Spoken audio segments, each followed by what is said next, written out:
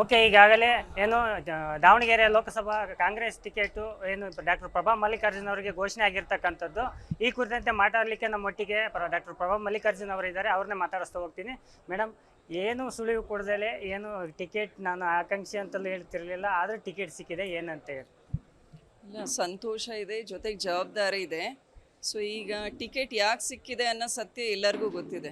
ಯಾಕೆ ಅಂದರೆ ಕಾರ್ಯಕರ್ತರ ಮುಖಂಡರ ಒಂದು ಪ್ರೆಷರ್ ಇತ್ತು, ಜೊತೆಗೆ ಸ್ಥಳೀಯರ ಒಂದು ನಾಗರಿಕರು ಕೂಡ ನಮ್ಮ ಕೆಲಸ SSK ಟ್ರಸ್ಟ್ ಕೆಲಸ ಆಯಿತು, ಅಪ್ಪಾಜಿ ಮಲ್ಲಿಕಾರ್ಜುನ ಅವ್ರ ಕೆಲಸ ಕೂಡ ನೋಡಿದ್ದಾರೆ. ಆದ್ದರಿಂದ ಪ್ರಭಾ ಮಲ್ಲಿಕಾರ್ಜುನ ಅವರಿಗೆ ಟಿಕೆಟ್ ಕೊಟ್ಟರೆ ಒಬ್ಬ ಒಳ್ಳೆ ವ್ಯಕ್ತಿ ಇದ್ದಾರೆ, ಒಂದು ಒಳ್ಳೆ ಫೈಟ್ ಇರುತ್ತೆ, ಗೆಲ್ಲುವ ಚಾನ್ಸಸ್ ಜಾಸ್ತಿ ಇದೆ ಅಂತ ಹೇಳಿಬಿಟ್ಟು ಟಿಕೆಟ್ ಕೊಟ್ಟಿದ್ದಾರೆ.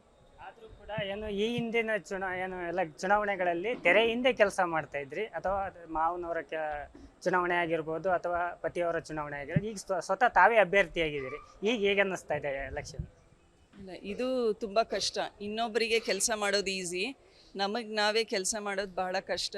ಆದ್ದರಿಂದ ನಮ್ಮ ಕಾರ್ಯಕರ್ತರು ಮುಖಂಡರು ಎಲ್ಲರನ್ನ ಜೊತೆಗೂಡ್ಕೊಂಡು ನಾನು ಮಾಡ್ತಾ ಇರೋ ಕೆಲಸನೇ ಈಗ ದಾವಣಗೆರೆ ನಗರ ಗ್ರಾಮೀಣ ಭಾಗದಲ್ಲಿ SSK ಟ್ರಸ್ಟಿನ ಕೆಲಸ ಇರ್ಬೋದು, ಅಪ್ಪಾಜಿ ಮಲ್ಲಿಕಾರ್ಜುನ ಅವರ ಕ್ಷೇತ್ರದ ಒಂದು ರಾಜಕೀಯ ಕೆಲಸಗಳಿರ್ಬೋದು, ಸಾಮಾಜಿಕ ಸೇವೆ ಇರ್ಬೋದು, ಇದನ್ನು ಇಡೀ ದಾವಣಗೆರೆ ಡಿಸ್ಟ್ರಿಕ್ಟ್ನಲ್ಲಿ ಇದೇ ರೀತಿ ಕಂಟಿನ್ಯೂ ಮಾಡ್ತೀವಿ. ಜನರನ್ನು ಕೂಡ ಅದೇ ರೀತಿ ಸ್ಪಂದಿಸ್ತೀನಿ.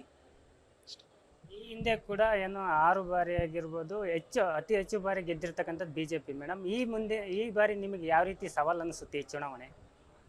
ಇಲ್ಲ, ಈ ಸಲ ಏನಾಗಿದೆ ಅಂದರೆ, ಮೊನ್ನೆ MLA ಎಲೆಕ್ಷನ್ನಲ್ಲಿ ಕಾಂಗ್ರೆಸ್ ಪಕ್ಷ ಗ್ಯಾರಂಟಿ ಯೋಜನೆಗಳನ್ನು ಘೋಷಣೆ ಮಾಡಿತ್ತು.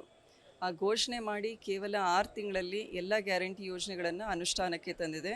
ಸೊ ಆದ್ದರಿಂದ ಜನರಲ್ಲೂ ಕೂಡ ಆ ವಿಶ್ವಾಸ ಇದೆ. ಈ ಪಕ್ಷ ಬಡವರ ಪಕ್ಷ, ಮಹಿಳೆಯರು, ಯುವಕರು ಎಲ್ಲರೂ ಕೂಡ ಕಾಂಗ್ರೆಸ್ ಪಕ್ಷದ ಮೇಲೆ ಒಂದು ವಿಶ್ವಾಸ ಇಟ್ಕೊಂಡಿದ್ದಾರೆ.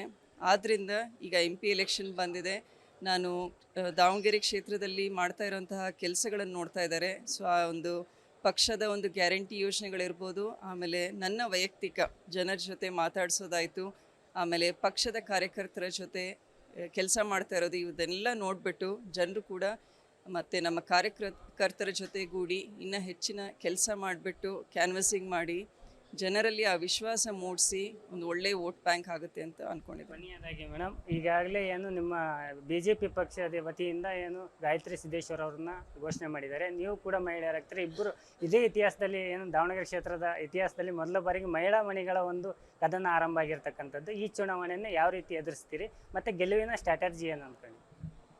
ಪ್ರತಿ ಎಲೆಕ್ಷನಲ್ಲಿ ಸ್ಟ್ರಾಟಜಿ ಒಂದೇ, ಸಮಗ್ರ ಅಭಿವೃದ್ಧಿ.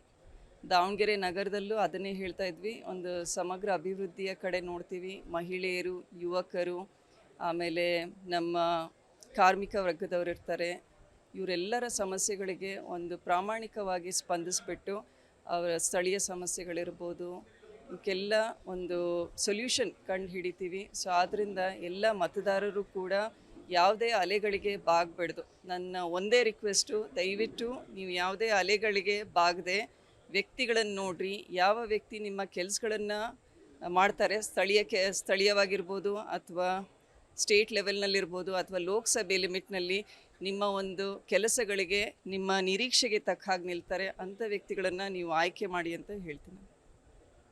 ಇದಿಷ್ಟು ಏನು ಕಾಂಗ್ರೆಸ್ನ ಒಂದು ಟಿಕೆಟ್ ಘೋಷಣೆ ಆಗಿರ್ತಕ್ಕಂಥ ಡಾಕ್ಟರ್ ಪ್ರಭಾ ಮಲ್ಲಿಕಾರ್ಜುನ್ ಅವರ ಮಾತಾಗಿರ್ತಕ್ಕಂಥದ್ದು. ಕ್ಯಾಮ್ರಾ ಪರ್ಸನ್ ಹನುಮಂತು ಜೊತೆ ಮಂಜಪ್ಪ HP, ವಿಸ್ತಾರ ನ್ಯೂಸ್, ದಾವಣಗೆರೆ.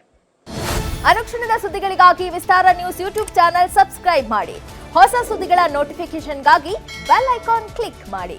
ಲೇಟೆಸ್ಟ್ ಅಪ್ಡೇಟ್ಸ್ಗಾಗಿ www.vistaranews.com ವೆಬ್ಸೈಟ್ಗೆ ವಿಸಿಟ್ ಮಾಡಿ. ಅಂಗೈಯಲ್ಲೇ ಜಗತ್ತಿನ ಸುದ್ದಿ ತಿಳಿಯಲು ವಿಸ್ತಾರ ನ್ಯೂಸ್ ಕನ್ನಡ ಆಪ್ ಡೌನ್ಲೋಡ್ ಮಾಡಿ.